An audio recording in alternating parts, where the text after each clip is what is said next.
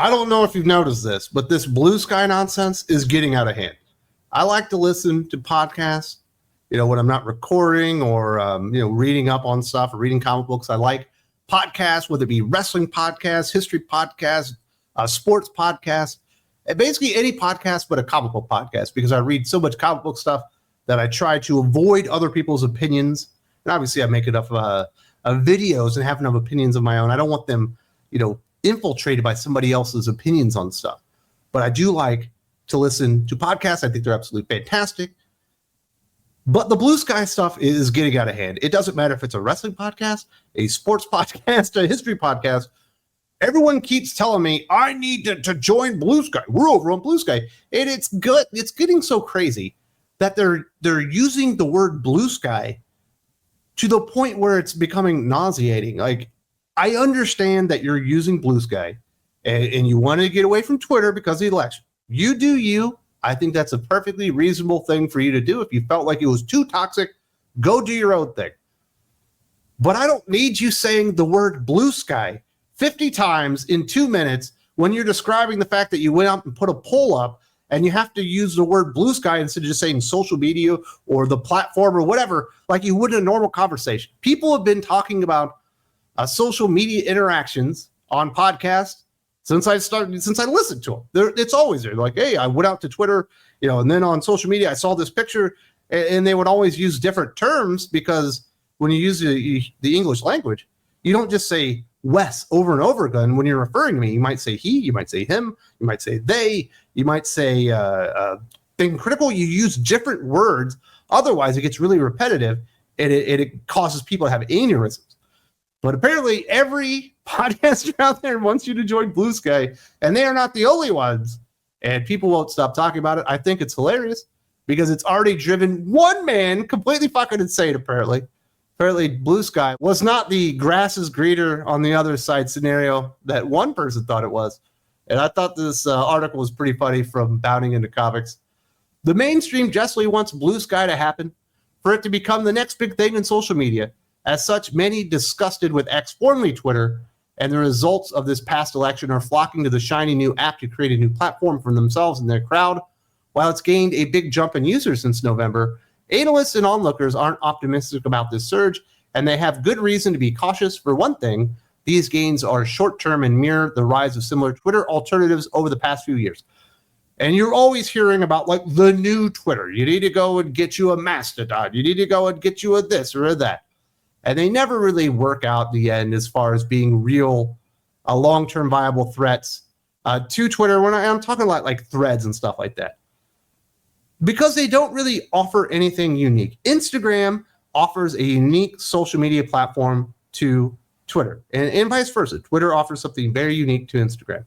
Facebook offers a unique social media platform to Instagram and Twitter. Even YouTube here offers a unique social media platform and a way to communicate with each other than those other ones out there. And so does Spotify. And that's why you get a market leader and then basically everything else dwindles down because everybody wants to be in the one place that everybody else is. Otherwise, you're kind of wasting your time. It doesn't bother me or I don't have any issues with people quarantining themselves off and saying, you know what? I don't like people that did this or might agree with this. Let's all go make our own social media utopia. I think that's brilliant. Go and do your own thing out there. But if Bluesky does, in fact, become the next big thing, what is going to happen? Everybody that was using Twitter would just stop using it and go over to Bluesky, and it would be the exact same platform that it was before. It's basically predestined to be a small, not real threat to Instagram, to YouTube, to Twitter, to Facebook, and all that kind of stuff, because it offers no real new functionality other than, I guess, there's more ways to block people, which I don't know that is, for the most part, to normies out there, which is most of your base consumer for any of these social media platforms, is like what they're looking for. I think people are looking for feeds that aren't inundated with ads, that actually show you the stuff that you want to see, which is why Facebook absolutely sucks right now. The only reason I still use that is to see like pictures of my nieces and nephews, and for my wife to put up pictures of my kids so my brothers and stuff can see it. Otherwise, I would be on that one. It's almost useless. I actually had it curated where it was all like history stuff and recipes for food and sports, like little reels and everything. And all of a sudden the election happened, and it's been totally fucked up ever since. I really despise Facebook, other than the fact that the only reason I'm there is my family is there, which is the same kind of thing when it comes to Twitter and Bluesky. Bluesky, if it ever actually overtakes Twitter, which it won't because it adds no new functionality to it, it doesn't perform better, and there are less people there. You know, like I said, it's predestined to become not as big a thing, but that does not mean people are not trying to influence us to go over there immediately. The list of celebrities fleeing to Bluesky has grown by leaps and bounds. Mark Cuban, Stephen King, Jamie Lee Curtis, Ben Stiller, Alex Winter of Bill and Ted fame, Guillermo del Toro, Matthew Lillard, Alyssa Milano, Barbara Streisand, and Mark Hamill have all either made the jump or added Bluesky to their social repertoire. George Takei is also feathering his nest at the Twitter-like site, which is often compared to the look, feel, and climate of Twitter circa 2017. He was one of the first to try Bluesky, and he has been there a while longer than anyone mentioned above. However, like Mark Hamill and a few others, Takei has not deleted his Twitter account, although he does urge his followers to migrate over to Bluesky. And when you look at like the list of celebrities, like Alex Winter, I mean, I love Bill and Ted. I even like Bill and Ted's Bogus Journey, but I don't really care what Alex Winter thinks. And I think if we learned anything about this last election, it's like people don't really care what celebrities think. Mark Cuban used to be interesting, at least at one point. Remember when he was like the bad boy owner of the Mavericks? He was like the thorn in the side of the NBA Commissioner Stern, all that kind of stuff. And now he's like the most like in the pocket of the NBA itself. He's like the most fucking corporate yes man in the history of the world. He like completely lost his edge. Like nobody wants to follow Mark Cuban. I feel bad. He looks like Rachel Maddow now. Like what happened to the guy? He used to be a fucking trailblazer. Well, not a trailblazer because that's Portland, but you get what I'm saying. He used to be a Maverick, a real Maverick, not just the owner of the Mavericks. Although I guess he's not the owner of the Mavericks either. He actually sold them, but he's still like the governor or something. But Alyssa Milano, the only time I remember Alyssa Milano was like her going nuts about some trial, and she was like sitting in back with these glasses. It was like making herself look like a fucking idiot. Otherwise, no one's cared about Alyssa Milano since Embrace of the Vampire, right? When she finally showed her tits on the movie. Other than that, no one really cares. My biggest, the thing I feel worst about is Mark Hamill. I love Star Wars, and I absolutely love Luke Skywalker. And to see that he's just like gone insane, and I understand that he did have that car wreck. I think it was in the early 80s, but it might have been the late 70s. And he did suffer like a severe head injury and stuff like that. So I try to give him a pass. But watching Mark Hamill like freak out all the time over politics is not something anybody's going to miss. Like, who cares what Barbara Streisand says about anything? She's not in any new movies. Matthew Lillard hasn't been in a movie in like 15 years.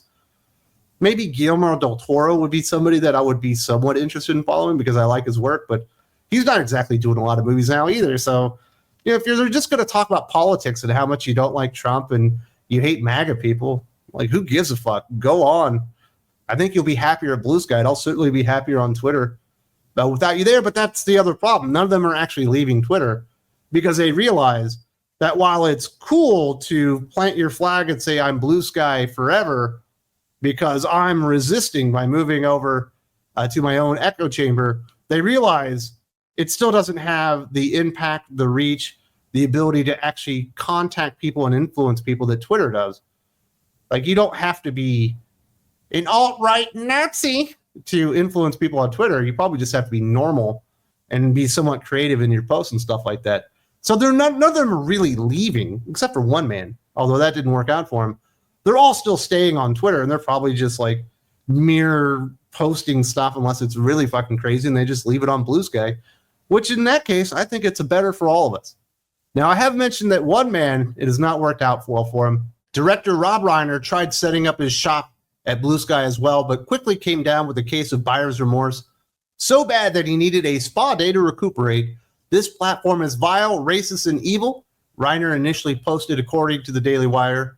It did not take long for MAGA scum to come spread their lies, but reversed course shortly thereafter. I have made the decision to take the next few days to check into a facility for peace and relaxation. He added in a follow-up post, no phones, social media, no trolls, just calmness to heal my pain. While he garnered mockery for this, Reiner kept his word and suspended both his Twitter and Bluesky profiles. Well, good for him. I honestly believe that most people would be happier with zero social media influence in their life whatsoever. It doesn't really bring a lot to the table. In fact, the way their algorithm works is they want to keep you engaged, i.e. on the platform and clicking stuff as long as possible so they can share that with their ad people and make more money. The way that they do that, a lot of ways, is by freaking you out. Posting articles that they know are going to piss you off. That's what Facebook used to do until Facebook decided that they were like going to be a publisher or whatever. And now Facebook isn't nearly as interesting, but is very, very frustrating these days. But really, the way that a lot of these social media platforms work is they want to get you enraged and engaged that way. That's why on Twitter, I will never use the For You tab. I will only use the Following tab because it's only the people that I follow. It's not the stuff that they've determined by their algorithm that's going to piss me off and make me want to sit there and pull my fucking hair out and look for more articles that say the same stuff that just kind of freaks you out. And I think a lot of people could probably learn something from Rob Reiner, that maybe the grass isn't always greener on the other side. Maybe the MAGA scum are just going to be everywhere. You want to call them the MAGA scum. But people, I do think, probably follow him over there and we're trolling him. But that is a lot of what social media is. And if you can't handle trolls and you can't handle people fucking with you, and you can't handle memes, social media is just not going to be a place for you. And that goes with fucking YouTube as well. People are always trolling me in the comments. I see people trolling each other all the time in the comments. I imagine it's the exact same way on Instagram. It's certainly the same way on Facebook. It's definitely the same way on Twitter. Although I think Twitter is probably a little bit better because you can use the following tab and all that kind of stuff. But for the most part, if you let this stuff really get to you and you let it affect your emotions and it affects your day and stuff, I think most people would be better off. I don't think you should check yourself into a facility. I think you should probably wear your big boy pants and realize it's time to make a life decision and just fucking turn the stuff off, and you'll be happier about it. Now, obviously, this all has to do with the election, and that's where the big surge of Bluesky users is coming from. And there's a lot of people out there going, yeah, Bluesky is taking over. They're about to pass Threads, and they're this big threat to Instagram and stuff like that. And that's been greatly exaggerated. Election day was great for Twitter's traffic, as average time spent on the platform increased 32% around that period in November. Bluesky's user numbers and traffic went up and into the millions, which is being used as a cause for celebration among its supporters, but the platform has a lot of catching up to do before it can be certified as an overnight success. But for all the effort and momentum, Instagram head Adam Mosseri shrugs off Bluesky's progress, stating, "There's no way this is the case, as we have many times as many daily users as they have total signups." He said in a reply to data shared on his home turf, maybe this data is web data, talking about somebody who was using some statistics like, look, they're competing with Threads, they're competing with this and that. And he's like, no, actually, I actually have the data itself, and this isn't actual people interacting and using the platform. So they definitely have a ways to go. And I don't think Bluesky is destined to take over Twitter or even be a long-term viable alternative to Twitter, because it literally doesn't provide anything new to it. There's nothing unique about Bluesky other than that's where the celebrities went and people went to go meet their own echo chamber. But in 6 months, when they realize there's no engagement there's no way to go out there and advertise and market your stuff for free, which you can do on Twitter. They're just going to go back to where all the people are, because that's what makes Twitter unique. It is a place for people to meet up, have conversations, but you can go out there and say, hey, you like my opinion on Teen Titans and Batman? I've got my own comic book. You like this, and I've got these things to offer for you. And there's just there's no competing with Twitter right now for Bluesky. And the fact that there's nothing unique that makes you have to be over there, that you're like, wow, I need that functionality to it, is the reason that it's destined to probably last. I imagine in 10 years, there'll still be a Bluesky with a very small user base. It's probably, far less than the 20 million that it's touting right now. But, it would be very difficult to take over Twitter. But if it does, everybody from Twitter is just going to go to Bluesky, and then they're not going to be happy anymore. And then they'll all go back to Twitter and be like, we're using Twitter, unless Elon Musk still owns it or whatever. So it's all stupid. But I'm seriously tired, very, very tired of my podcasters trying to tell me I have to use Bluesky. I'm not going to. I don't care. It does nothing for me. I already use too many social media platforms, and I use two, unless you consider YouTube a social media platform, which I kind of do. So I guess I use three. I'm a creator on one, consumer on two. Facebook is infuriating. Twitter is fun in short bursts, but certainly no way to spend your entire day. And I imagine Bluesky is very much the same thing. If you like what I'm doing here on the YouTube with my social media influence, apparently I'm an influencer now in comic books, maybe. Who knows? Maybe I'm a culture influencer. Is that what people want to call me? I don't think I am. But if you like what we're doing here, providing some honest perspective, not only on comic books, but pulp culture and some of the things that are happening out there in general, and you would like to support us in the mission that we're trying to do to entertain you, to help inform you, and obviously show you some comic books you probably want to avoid, and you'd like to support that mission, come visit me on Think Critical Patreon. There's a link in the video description. We got lots of awesome podcasts. If you're also a fan of podcasts, you can listen to them on Spotify. Depending on the tier, you'll actually get all the audio files for every YouTube video if you'd like to listen to there as well. So there's a lot of cool benefits over there on the Patreon, and that is the best way to support me and our mission here on Think Critical YouTube.